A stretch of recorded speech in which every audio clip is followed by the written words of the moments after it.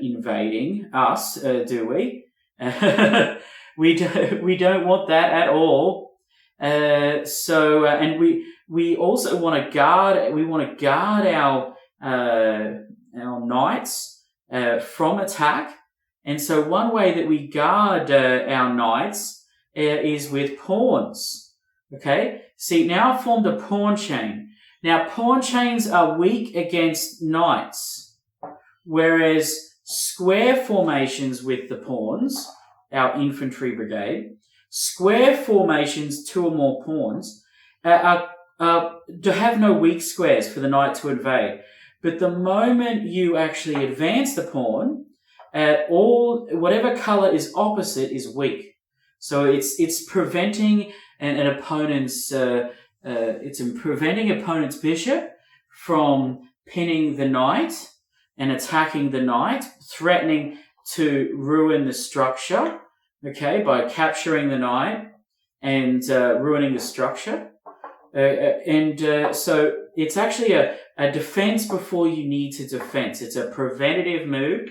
Sometimes you need to anticipate where your opponent's moving and deny them entry. If your opponent can't enter your territory, they can't start actually being active and wreaking havoc. So just moving this pawn denies the bishop an aggressive square in your half of the board, and actually supports the second pawn from running down the board.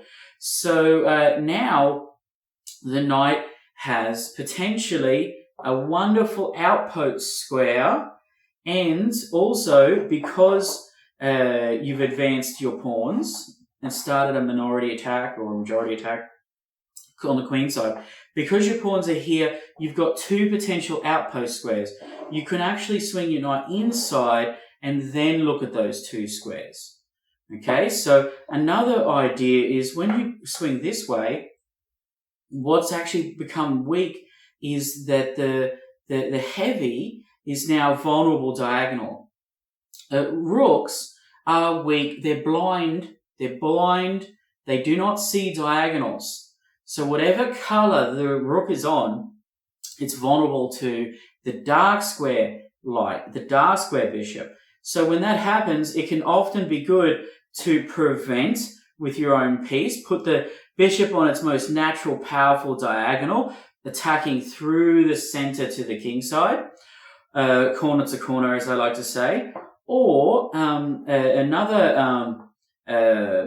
another good thing about getting this space, attacking, is that the knight can form its outpost.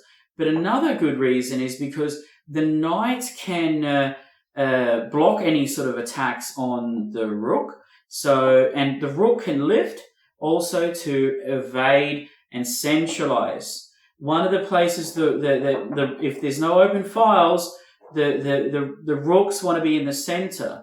So my pieces are, getting jammed here. So now, just talking about focusing back on the knights and the edge pawns. One of the powerful ideas is to lift this pawn so that your rook can centralise. And if you've delayed the knight or played the knight towards the center this way, now the rook can lift and come across. And also another idea is this move here, and if they've got a pawn and they can capture you, all right, say they've captured you from the subcenter to the edge, you've now got a file that you can now activate your rook, because it needs pawns to move, it needs pieces to move to get into the game. Also, it's vulnerable to the minor pieces, the knights and bishops, and it's vulnerable to the queen early on, and it's loose.